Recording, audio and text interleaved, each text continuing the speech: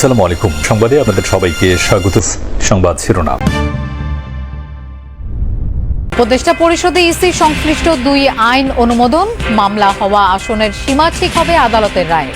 আগামী সপ্তাহে নতুন দলের নির্বাচন কমিশনের কাজে গতি পাবে এবং খুব দ্রুত তারা অনেকগুলো মেজার নিতে। 5 দফা দাবিতে জামায়াত সহ 7টি দলের বিক্ষোভ কর্মসূচি, জুলাই সনদের ভিত্তিতে নির্বাচন ও পিআর পদ্ধতির দাবি। দুর্নীতি ও দুর্বৃত্তায়ন দূর না করা গেলে সুষ্ঠু ভোট হবে না, আলোচনা সভায় বক্তারা। রাষ্ট্র ও সাধারণ মানুষের নিরাপত্তা নিশ্চিতের আহ্বান। সংসদীয় আসনের সীমানা পুনর্নির্ধারণ নিয়ে বিভিন্ন বিক্ষোভ বিরোধ নিয়ে সিদ্ধান্ত দিতে আদালতের নির্দেশনা বাস্তবায়ন করবে নির্বাচন কমিশন ইসি। সীমানা নিয়ে বিরোধ ও বিক্ষোভের বিষয়ে আখতার আহমেদ বলেন, 18টি রিট হয়েছে আদালতের প্রতি আস্থাশীল কমিশন, কাজেই সেখান থেকে নির্দেশনা আসা পর্যন্ত অপেক্ষা করবে কমিশন। নির্বাচন কমিশনের পরবর্তী বৈঠকে পর্যবেক্ষকদের বিষয়ে তোলা হবে বলে জানান তিনি। দুপুরে নির্বাচন ভবনে সাংবাদিকদের সব কথা বলেন ইসি সচিব আখতার আহমেদ। তিনি বলেন, কেউ প্রবাসে থাকা অবস্থায় পোস্টাল ব্যালটে ভোট দেওয়ার জন্য অনলাইনে নিবন্ধন করে দেশে চলে আসলে তিনি আর ভোট দিতে পারবেন না। নিবন্ধনের জন্য অ্যাপ কবে নাগাদ হবে সেটা পরে জানা হবে। নির্বাচন নিয়ে আলোচনা করতে 22 সেপ্টেম্বর ইইউ প্রতিনিধি দল দেশে আসবেন বলেও জানান ইসি সচিব। তিনি জানান, রাজনৈতিক দল ও অংশীজনের সাথে সংলাপের বিষয়টি শিগগিরই ঠিক করা হবে। 31 অক্টোবর পর্যন্ত যাদের 18 বছর পূর্ণ হবে তাদের ভোটার তালিকায় যুক্ত করা হবে।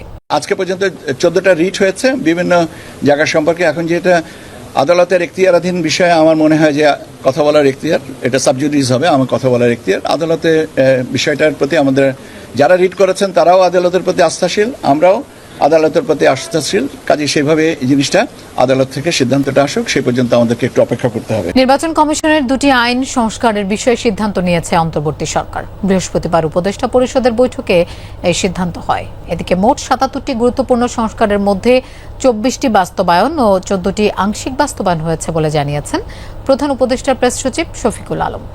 দুপুরে রাজধানী ফরেন সার্ভিস একাডেমিতে উপদেষ্টা পরিষদের বৈঠক নিয়ে প্রেস ব্রিফিংয়ে একথা জানান তিনি। বলেন, উপদেষ্টা পরিষদের বৈঠকে নির্বাচন কমিশন সচিবালয় আইন 2009 এর 5 নম্বর ধারা সংশোধনের প্রস্তাব অনুমোদন দেওয়া হয়েছে। নির্বাচন কমিশনের কাজকে গতিশীল করার জন্যই এই আইন করা হয়েছে বলে জানান তিনি। এবারের জাতিসংঘ সাধারণ অধিবেশনে প্রধান উপদেষ্টার কয়েকটি রাজনৈতিক দলের নেতাদের সফর সঙ্গী ইস্যু নিয়ে কথা বলেন প্রেস সচিব। তিনি বলেন, এবারের অধিবেশন খুবই গুরুত্বপূর্ণ, রাজনৈতিক দলগুলো যাচ্ছেন প্রধান উপদেষ্টার আমন্ত্রণে। নির্বাচন কমিশনের 2টো আইন সংস্কারের সিদ্ধান্ত হয়েছে।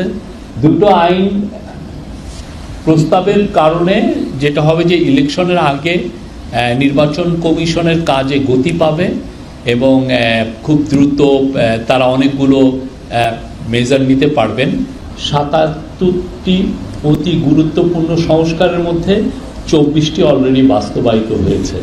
জুলাই সনদের ভিত্তিতে জাতীয় নির্বাচন অনুষ্ঠান ও পিআর সহ কয়েক দফা দাবিতে রাজধানীতে বিক্ষোভ মিছিল করছে জামায়াত ইসলামী সহ 7টি রাজনৈতিক দল।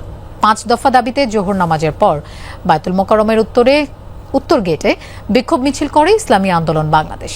ঢাকা মহানগর উত্তর ও দক্ষিণ শাখা এই আয়োজন করে। 6 দফা দাবিতে বিকেল 3টায় জাতীয় প্রেস ক্লাবের সামনে বিক্ষোভ সমাবেশ করে খেলাফতে মজলিস ও বাংলাদেশ খেলাফত আন্দোলন। বিকেল 4টায় 5 দফা দাবিতে বিক্ষোভ মিছিল শুরু করে বাংলাদেশ নিজামে ইসলাম পার্টি। জাতীয় প্রেস ক্লাবের সামনে এই কর্মসূচি পালন করবে তারা। এছাড়া 5 দফা দাবিতে বিকেল 4:30টায় বায়তুল মোকাররমের দক্ষিণ গেটে সমাবেশ করবে জামায়াতে ইসলামী। পরে বিক্ষোভ মিছিল করবে দলটি। একই সময় 7 দফা দাবিতে বিজয়নগর পানির ট্যাঙ্কের সামনে বিক্ষোভ মিছিল করবে জাতীয় গণতান্ত্রিক পার্টি জাগপা।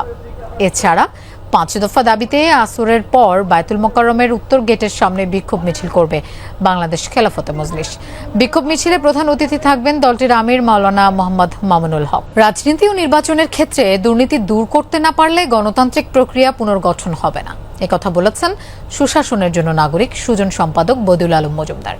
দুপুরে রাজধানীর সেডাপ মিলনায়তনে গণতান্ত্রিক পুনর্গঠনের জন্য সংলাপ অনুষ্ঠানে একথা বলেন তিনি। বদিউল আলম মজুমদার বলেন, আইনি কাঠামো ঠিক থাকার পরও গত 3 নির্বাচনে দুর্নীতি হয়েছিল। দুর্নীতি ও দুর্বৃত্তায়ন দূর করা না গেলে ভোট সুষ্ঠু হবে না। অনুষ্ঠানে জ্বালানি উপদেষ্টা বলেন, পারস্পরিক আস্থা ও শ্রদ্ধা না থাকলে সংস্কার দিয়ে কাজ হবে না। বদ্ধ চিন্তাভাবনা নিয়ে রাজনীতি করলে ৫ আগস্টের মতো পরিণতি আবারও ঘটতে পারে। উপদেষ্টা জানান, এলএনজি আমদানি সহ নানা খাতে বড় ধরনের দুর্নীতি করা হয়েছে।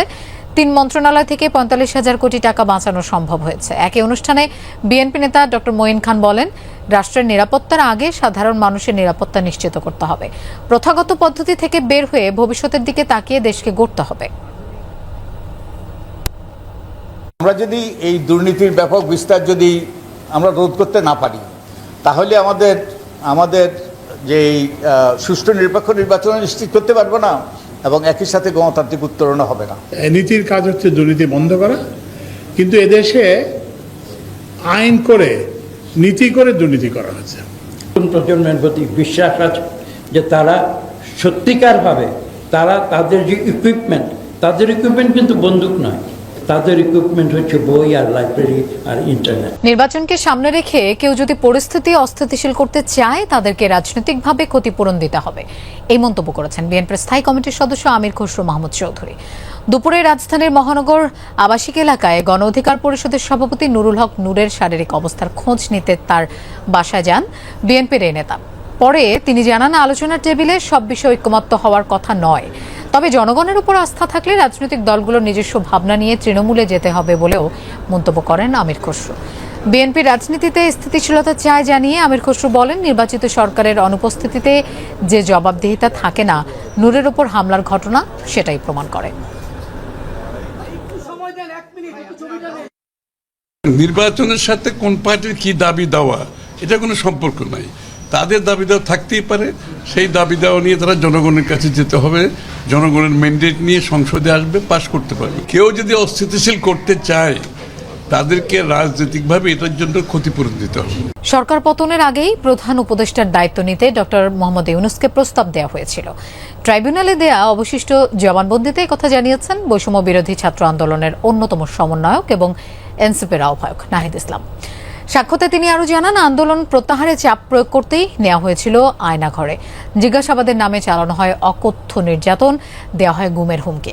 গণহত্যার দায়ে জড়িত শেখ হাসিনা সহ সব আসামির দৃষ্টান্তমূলক শাস্তির দাবি জানান এজলাসে। জুলাই আগস্টের গণ অভ্যুত্থান দমাতে আইন শৃঙ্খলা বাহিনীর বর্বরোচিত হামলায় বহু ছাত্র জনতার মৃত্যুর পর আওয়ামী লীগ সরকারের পতন হয়। ৫ আগস্ট জনরোষের মুখে পদত্যাগের পর পালিয়ে যান শেখ হাসিনা। তবে সরকার পতনের একদিন আগেই ডক্টর ইউনূসের সাথে যোগাযোগ করা হয়। ট্রাইব্যুনালে দেয়া জবানবন্দিতে কথা জানিয়েছেন বৈষম্য বিরোধী ছাত্র আন্দোলনের শীর্ষ সমন্বয়ক ও এনসিপির আহ্বায়ক নাহিদ ইসলাম। আমরা ডক্টর মোহাম্মদ ইউনূসকে প্রাথমিকভাবে আমরা ভেবে নিয়েছিলাম অন্য আরও অনেকের সাথে পরামর্শ করে, এবং এই কারণে তার সাথে আমরা যোগাযোগ করেছিলাম যে দেশের এই পরিস্থিতি, সফল হয় দেশের এই ক্রান্তিকলে আপনার সহযোগী ডক্টর মোহাম্মদ ইউনূসের সহযোগিতা প্রয়োজন। যদি আন্দোলন সফল হয়, যদি এই সরকারকে আমরা উৎখাত করতে পারি, তাহলে নতুন সরকারের প্রধান হিসেবে হয়তো আপনাকে দায়িত্ব নিতে হতে পারে। আমরা সেই প্রস্তাব আপনাকে দিয়ে রাখছি। সমন্বয়কদের ওপর নির্যাতন এবং গোয়েন্দা সংস্থার হুমকির কথাও জানানো হয় জবানবন্দিতে। শেখ হাসিনা, সাবেক স্বরাষ্ট্রমন্ত্রী সহ আইন শৃঙ্খলা বাহিনীর শীর্ষ কর্মকর্তারা জুলাই গণহত্যায় জড়িত উল্লেখ করে নাহিদ ইসলাম বলেন, সুষ্ঠু বিচারের মাধ্যমে সৃষ্টি করতে হবে নজির।